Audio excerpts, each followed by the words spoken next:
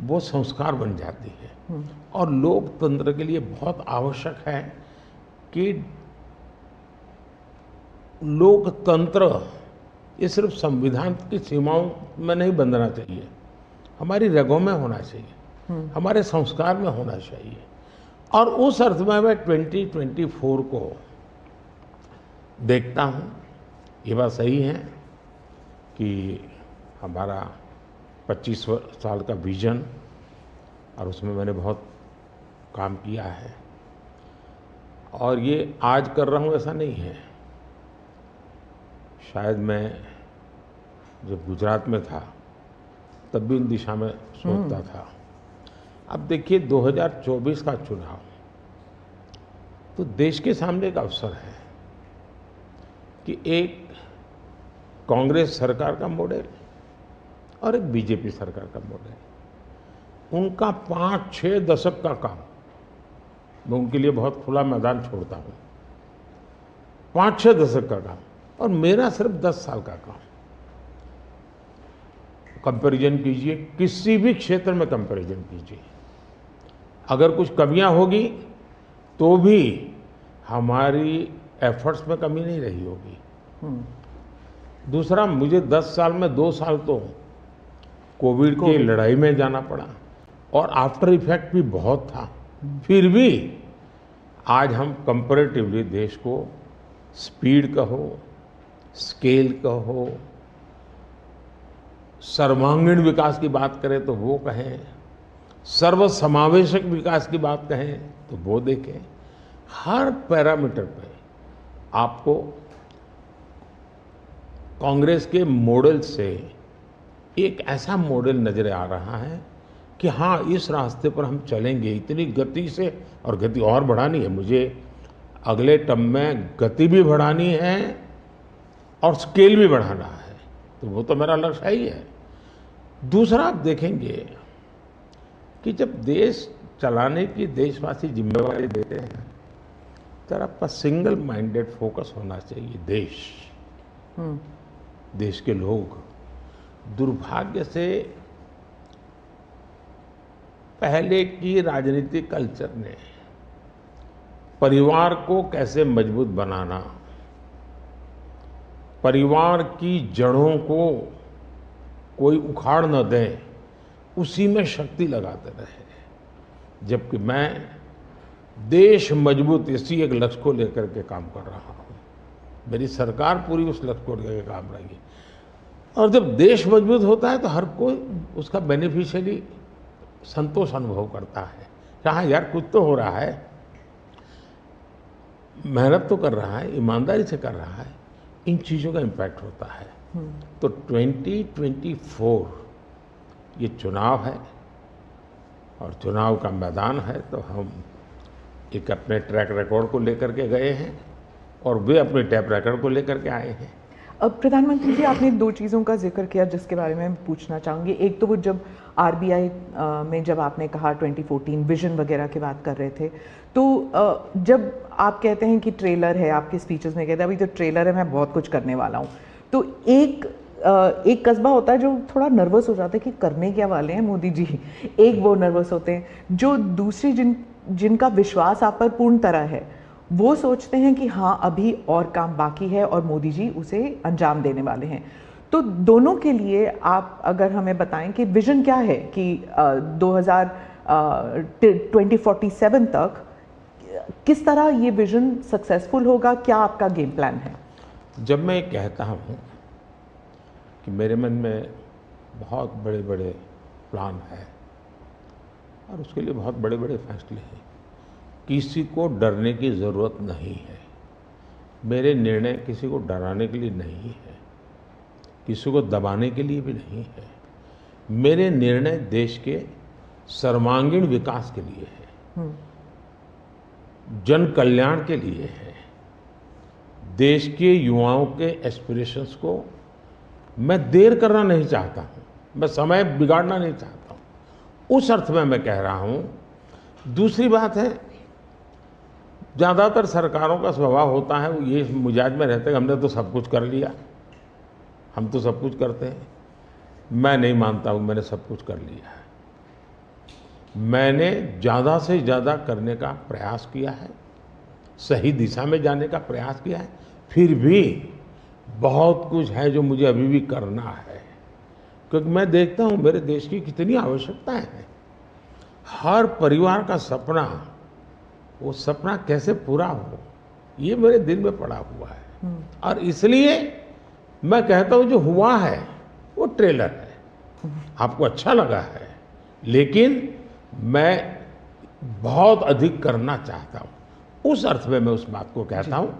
दूसरी बात है कि 2047 का जो विजन का सवाल है, एक तो मैं लंबे समय तक मुख्यमंत्री रह करके आया हूँ और मैं अनुभव करता था कि बार बार चुनाव, आचार संहिता, किसी भी राज्य में चुनाव हो तो मेरे राज्य से 30-40 सीनियर अच्छे अफसर ऑब्जर्वर के नाते जाते थे इलेक्शन ड्यूटी, तो 40-50 दिन तक वो बाहर रहते थे। तो मुझे चिंता रहती थी कि मैं सरकार कैसे चलाऊं, क्योंकि देश में ऐसे चुनाव होते ही रहते और मेरे ऑब्जर्वर जाते रहते।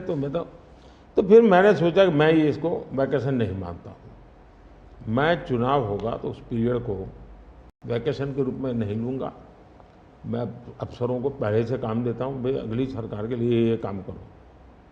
तो मैं उस समय भी 100 दिन का प्लान करता था। हाँ, उसी पे पूछना था मुझे। हाँ। अभी तो चुनाव हो ही रहे हैं, अभी रिजल्ट्स भी नहीं आए और आप 100 दिन का प्लान बना रहे हैं। मैं चुनाव में जाने से पहले शुरू किया। हाँ। और दरअसल मैंने कैसे किया कि मैं पिछले 2 साल से 2047 को ध्यान में रख के काम करता था, और उसके लिए मैंने देश भर में लोगों के ओपिनियन मांगे, सुझाव मांगे। शायद 15 लाख से अधिक लोगों के मैंने सुझाव लिए हैं कि वो आने वाले 25 साल में हिंदुस्तान को कैसे देखना चाहते हैं। और मैंने सभी यूनिवर्सिटीज़ को कांटेक्ट किया, मैंने अलग अलग एनजीओ को कांटेक्ट किया, संगठनों को, और 15-20 लाख लोग उन्होंने इनपुट दिया। फिर मैंने एआई की मदद लेकर के उसको सब्जेक्ट वाइज बनाया। उसका काफ़ी मैंने टेक्नोलॉजी, आर्टिफिशियल इंटेलिजेंस, हाँ, टेक्नोलॉजी का भरपूर उपयोग किया। ओके। मैंने हर विभाग में अफसरों की एक डेडिकेटेड टीम बनाई कि भाई इस पर काम कीजिए, कैसे हो सकता है अगले टर्म के लिए, 25 साल के लिए। और फिर मैंने खुद ने उनके साथ बैठा, प्रेजेंटेशन लिए 2-2, 2.5 घंटे, और मेरा विजन के अनुरूप क्या चीज़ें हैं, कौन सी चीज़ें डुएबल हैं, कौन सी चीज़ें डुएबल नहीं। थोड़ा सा ट्रेलर बता सकते हैं? उसको मैं ऐसा है कि आचार संहिता चल रही है। अच्छा। मैं अभी अगर इन चीज़ों को बताऊंगा तो शायद कोई उसको गलत अर्थ में ले लेगा, तो मैं उसमें फंसना नहीं चाहता हूँ जी। लेकिन इसमें कुछ छुपा हुआ नहीं है, मिल ही जाएगा। दूसरा मैंने कहा कि मैं चाहता हूँ कि ये जो मैं डॉक्यूमेंट बना रहा हूँ, जो मेरा विजन है, लेकिन वो विजन मोदी की बपौती नहीं है, वो 15-20 लाख लोगों के विचारों को उसमें समाहित किया। एक प्रकार से इसकी ओनरशिप देश की है। 15-20 लाख लोग इनपुट देते हैं, मतलब पूरा देश दे रहा है जी। मैंने क्या किया है कि मैंने उसको अभी डॉक्यूमेंट के रूप में तैयार करवा रहा हूँ। जैसे ही चुनाव प्रक्रिया पूरी हो जाएगी तुरंत वो स्टेट को भेज दिया जाएगा। ओके। मैं चाहूँगा कि स्टेट उस पर काम करे।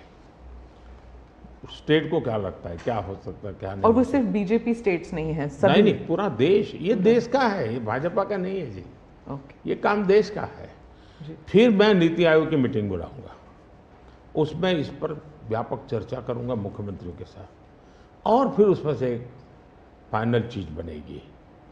दूसरी तरफ मैंने अफसरों को कहा कि अभी जो हमारे सामने चित्र बना है, जो कुछ भी इनपुट आए उसका आधार मैंने अपने इनपुट दिए, उसमें से मुझे 3 हिस्सों में काम करना है। एक, बीजेपी का जो मैनिफेस्टो आएगा उसमें से करणीय काम तुरंत कैसे ले सकते हैं।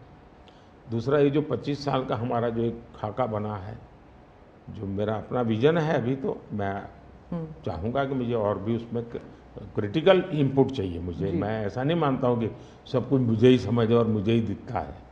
कोशिश मैंने भारी की, मैंने काफ़ी समय लगाया इसमें। उसको मैं 3 हिस्सों में बांटा।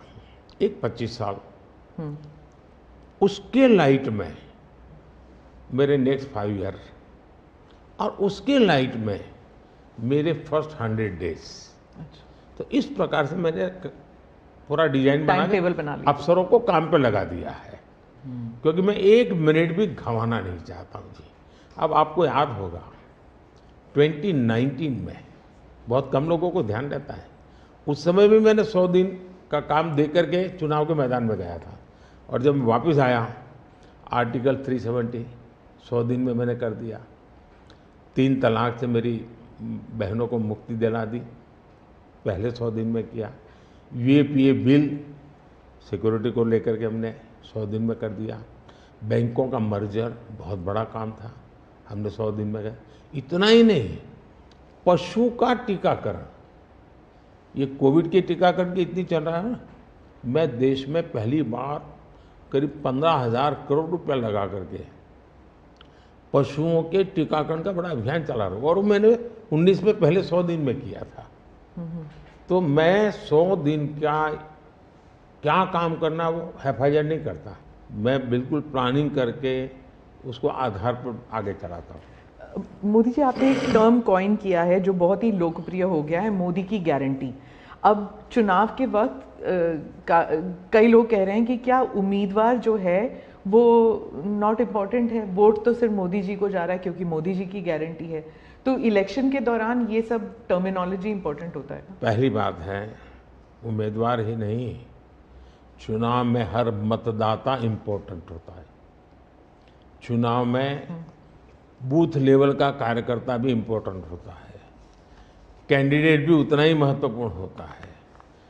और इसलिए ये कह देना कि और किसी का महत्व नहीं होता है, ये वरना इतना बड़ा चुनाव हो ही नहीं सकता है जी, तो बहुत महत्व होता है। जहाँ तक गारंटी का सवाल है, आज हमारे यहाँ दुर्भाग्य से शब्दों के प्रति जो कमिटमेंट होना चाहिए, वो एक प्रकार से लग रहा है कि तो चलते का नाम गाड़ी, कुछ भी बोल दो, कहीं पर भी बोल दो, कोई जिम्मेवारी नहीं। अब आप देखा होगा इन दिनों एक नेताजी के पुराने ढेर सारे वीडियो